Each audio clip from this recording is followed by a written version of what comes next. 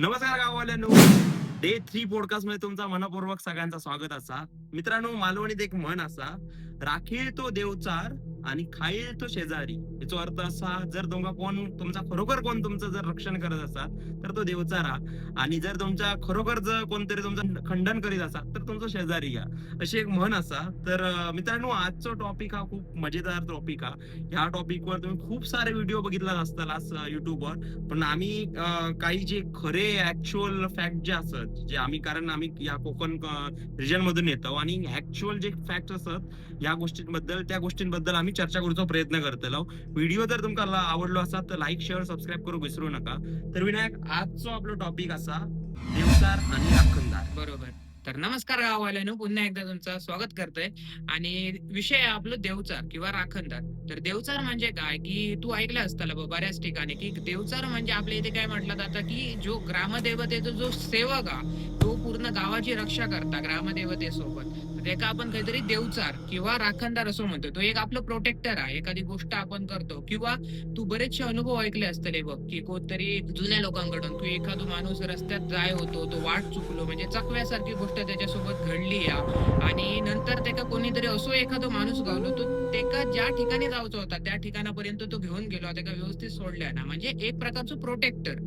ते का आपण असं देवचार किंवा राखणदार असं म्हणतो. बरोबर विनायक. ह्या प्रकारच्या गोष्टी आपण खूप ऐकलं. आपण त्या रिजन मधनं येतो, त्यामुळे आपल्या कानावर हे वारंवार पडत असतं. बरोबर. आणि कुठेतरी बघितलंस तर शहर आणि गाव याच्यामध्ये एक तफावत जाणवता, जेव्हा ह्या गोष्टींसारखे गोष्टी म्हणजे एका दुसऱ्या समोर येतात. जर आपण ह्या प्रकारच्या गोष्टी एखाद्या जो शहरात लहानापासून मोठ्यापर्यंत वाढलो, किंवा शहरातच त्याचा पूर्ण जीवन गेला, अशा लोकांसमोर जेव्हा आपण राखणदार देवताराच्या गोष्टी करतो, तेव्हा तो आपला खूप क्षुल्लक समजून आपली तो चेष्टा करू का. बरोबर. पण हे सगळे जे गोष्टी असत, हे ज्या लोकांनी जाणवलेले आहेत, म्हणजे स्वतः अनुभवलेले आहेत, त्यांना तरी आपण कसा काय खोटा ठरू शकतो. बरोबर. त्या गोष्टींका आपण खोटा ठरू शकणार नाही. कारण आता विज्ञान एवढा पुढे गेला, की आपणच आता पुण्यासारख्या चांगल्या शहरात राहतो, जिथे मेट्रो आहे, जिथे फ्लाइट्स सगळी गोष्टी अवेलेबल असत.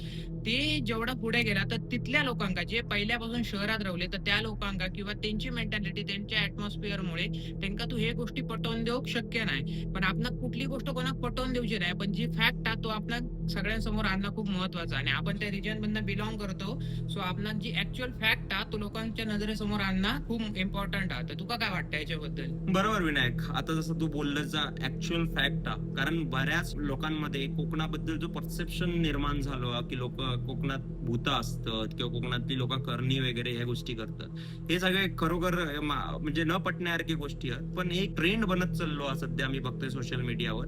बरेच लोक, आपलेच कोकणातले लोक, रील्सच्या नावावर असं काही मेसेज म्हणजे सेंड करूचा प्रयत्न करतात, की लोकांनी, जे बाहेरचे लोक असत बघतात, त्यांना ह्या गोष्टींवर खरोखरच विश्वास बसल्यासारखं होता, की कोकणात खरोखरच भूत असतं, कोकणातली लोक खरोखरच करणी करतात. पण ऍक्च्युअल मध्ये असं काहीच नाही मित्रांनो. म्हणजे तुम्ही बघशात तर कोकणातली माणसं एवढी साधी भोळी असतात, की तुमच्याबद्दल कधी वाईट विचार करू शक्य नाही. बरोबर. पण विनायक, दुसरं फॅक्ट असं बोलायला गेलो तर, आधीचा जा कोकणातला पूर्ण म्हणजे इकोसिस्टीम होती, की बरोबर. पूर्ण कम्प्लीट घनदाट जंगले, आणि जिओग्राफी मध्ये जेवढे स्पीसीज भेटतात तेवढे 99 आय थिंक कोकणात तर 101% असतील. बरोबर. मग त्याच्यात म्हणजे खूप डेंजरस स्नेक्स असू शकतात, पुन्हा वाघ असत, हत्ती असत. मग या जनावरांचा वावर जो आधी असायचो जंगलात, तो खूप मोठ्या प्रमाणात असायचो. बरोबर. आणि कधी म्हणजे ह्या सगळ्या गोष्टींपासून जर तुका कोण सावध करीत असत, तुझा कोण जर प्रोटेक्शन करत असत, तर तो राखणदार. बरोबर. अशा गोष्टी मानली जातात, आणि मानले नाही तर ते ऍक्च्युअल असतच. कारण ती एनर्जी हा, जी पॉझिटिव्ह एनर्जी आहे, जी सकारात्मक एनर्जी आहे, ती तिथे गेल्याशिवाय तुका फील होऊचीच नाही. बरोबर. आणि तुका जेव्हा खरोखर अनुभव त्या गोष्टीचा येतो ना, त्यानंतर तू कदाचित ती गोष्टी मानत जातलस, बरोबर. की ही गोष्ट खरोखरच हा. बरोबर. आणि कसं हा, की जेवढी निगेटिव्ह एनर्जी हा ना, जेवढी निगेटिव्ह एनर्जी आपण म्हणतो, तर त्याच्यासोबत तेवढी पॉझिटिव्ह एनर्जी पण आहे. आणि जसा की म्हणतो पॉझिटिव्ह एनर्जी हा व्हाईस वर्सा, निगेटिव्ह एनर्जी सुद्धा हा. ते का आपण कुठेतरी प्रोटेक्ट करू शकत नाही, की ती गोष्ट नाही हा. ओके. पण ऍक्च्युअल काय हा, की बाबा जो राखणदार हा किंवा जो देवचार हा, ह्यो कशासाठी हा, तर एखादी गोष्ट म्हणजे जसं की एखाद्याचं आवर असतं, जेवढं तो त्या गोष्टीसाठी जिथे शेती करता तो एखादो माणूस, तर त्या शेतीमध्ये त्याका कोणतरी नुकसान पोहोचवणे ते जो करता तेका शहराक सवाशेर भेटतो ह्यासाठी एक तिथली ग्रामदेवता किंवा त्याचे कोणतरी पूर्वजांनी त्याच्या पाठीशी ठेवलेला हातभार म्हणजे तो राखणदार असं आपण म्हणू शकतो. कारण त्या ह्याच्यामध्ये आता इकडे बघितलं तर चोरी वगैरे हे गोष्टी जास्त होतात, पण आपल्या कोकणात चोरी तू ऐकलं का जास्त ठिकाणी? चोरी तर नाहीच होणार. चोरी होणं म्हणजे खूप दुर्मिळ गोष्ट आहे की चोरी होता कुठल्या तरी गोष्टीची, आणि जर झाली तरी आता एवढी नाही की बाबा सगळा नुकसान होईल त्याचा खूप जास्त प्रमाणात. बरोबर. आणि हे गोष्टी खरोखरच असत की चोरी ही होणार नाही, कारण ही जी आम्ही सकारात्मक एनर्जीची जी गोष्ट करतो, राखणदार, देवचार, हे ऍक्च्युली एनर्जी तिथे एक्झिस्ट असा.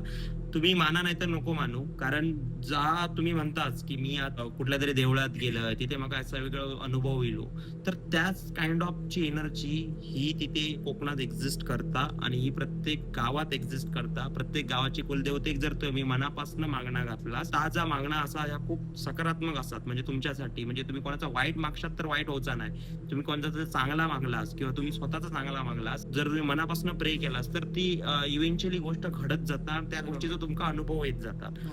जसं तू ऐकलं असताना वेताळ म्हणून एक आपल्या कोकणात खूप हे आहे, म्हणजे ते कसं म्हटलं जातं की भूतांचो राजा वगैरे असं काहीतरी म्हटलं जातं, पण ऍक्च्युअल मध्ये तो एवढं मोठं प्रोटेक्टर आहे ना आपल्या कोकणचो की तिथे ना चपला वाहिली जातात. नवीन चपला आपण तिथे एक दान केल्यासारखी आपण त्या मंदिरात ठेवतो किंवा देतो आपण त्या देवाक, तर ती चपला काही दिवसांनी जर बघशील तर ती झरलेली असतात किंवा त्या गावाच्या सीमेवर पाऊल खुणा पण लागलेल्या असतात कुणाची तरी.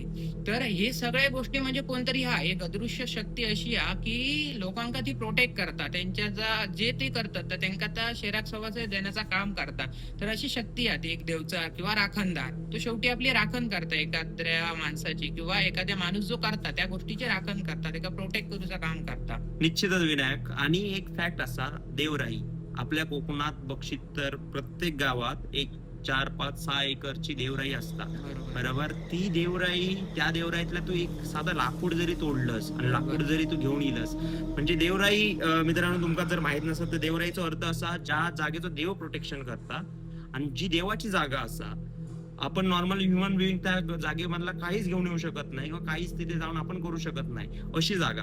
मग अशा जागेवर जर तुम्ही जर काहीतरी घेऊन येलास तिथून इकडे तुमच्या फायद्यासाठी, तुमच्या स्वतःच्या स्वार्थासाठी तुम्ही जर तिथे जाऊन काय केला तर त्या गोष्टीचो आपणाक फटको बसता. थोडंफार त्रास तर होतात त्या गोष्टी. कारण असं की आता सपोज की माझा घर आणि माझ्या घरातली एखादी वस्तू जर कोणतरी नेली तर ती एखादी गोष्ट चोरून नेल्यासारखी जाता, बरोबर. मग ती पण एक देवराई म्हणजे देवाची जागा, डेडिकेटेड स्पेस आहे, तिथे देवाक आपण स्थान दिलेलं आहे. त्या स्थानात आपण काहीतरी एखादी गोष्ट उचलून आणतो तर ती देवाक न सांगता तिथली चोरी केल्यासारखी आहे. तर त्या गोष्टीचं तसंच आहे. जसं माणसामध्ये जेव्हा वादविवाद होतात आणि चोरी वगैरे होतात, अशा गोष्टी होतात, तर त्यावेळेला जो फटको त्यांच्यात बसता तसंच त्या ठिकाणी बसता.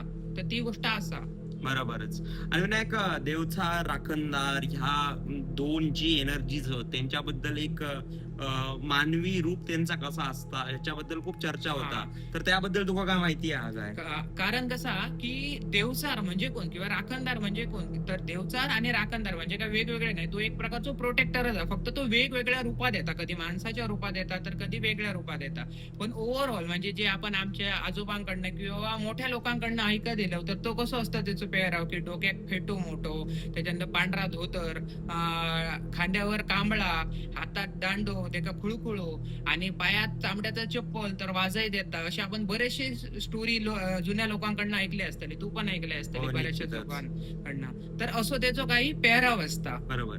आणि विनायक, जेव्हा ह्यासारख्या गोष्टींबद्दल आपण बोलतो आणि काही लोक आपणाला स्वतः अनुभवलेल्या गोष्टी सांगतात, जसे ते तुका माहित असतात की जुने लोक सांगतात की आपण ह्या वाटेवर इकडे इकडे फिराक केलं, मग आम्ही ह्या वाटेवर झोपलेलो, सकाळी उठान बघतो तर आम्ही 4-5 म्हणजे 1 किलोमीटर लांब जाऊन काहीतरी होतं दुसऱ्या जागेवर दुसरीकडे उचलून काहीतरी ठेवलं. म्हणजे सकाळी जी रात्री पोझिशन तू घेतलेलं झोपताना किंवा, कारण कसं आपण जंगलात जाऊन झोपतो त्यामुळे आपणाक माहिती आहे की एवढाच आपणाक जातरून आता एवढाच आहे, त्याच्या बाहेर पूर्ण काटे किंवा दगड वगैरे आहेत. मग माणूस कसं त्या मानसिकतेने झोपता आणि सकाळी उठताना पण त्या मानसिकतेनेच, म्हणजे तो एक्सपेक्ट करता की मी जसं झोपले तसंच होय. पण कधी कधी तू बघशील त्या वाटेवरनच तू अचानक खूप बाहेर साईडला तुका ठेवलेला कोणीतरी.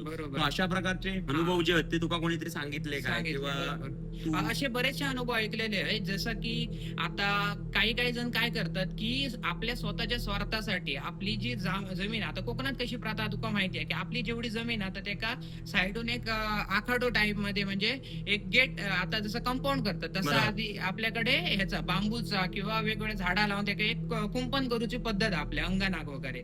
तर काही काही जण आपल्या स्वार्थासाठी स्वतःच्या की आपली जमीन जास्त पुढे हा किंवा अशा काहीतरी गोष्टींसाठी ते पुढे पर्यंत जातात. आणि कधी कधी असं होतं की ती जी वाढ असतात ती देवचाराची असतात किंवा जो राखण करतात त्याची ती रेग्युलर वाढ असतात त्या जागेसाठी प्रोटेक्ट करण्यासाठी. सो त्या जागेवर आपण काहीतरी वेगळा केला किंवा त्याची वाढ अडवचा प्रयत्न केलो तर ती गोष्टी आपल्याला त्रासदायक होतात. आणि अशा आपल्या बऱ्याच ठिकाणी झालेल्या आहेत आणि याच्या गोष्टी जो आपण बऱ्याच जणांनी अनुभव घेतलेलो आपल्या तिकडच्या लोकांनी. तर हे गोष्टी अशा ऐकलेल्या असत, ते असत ऍक्च्युअल मध्ये असत फॅक्ट.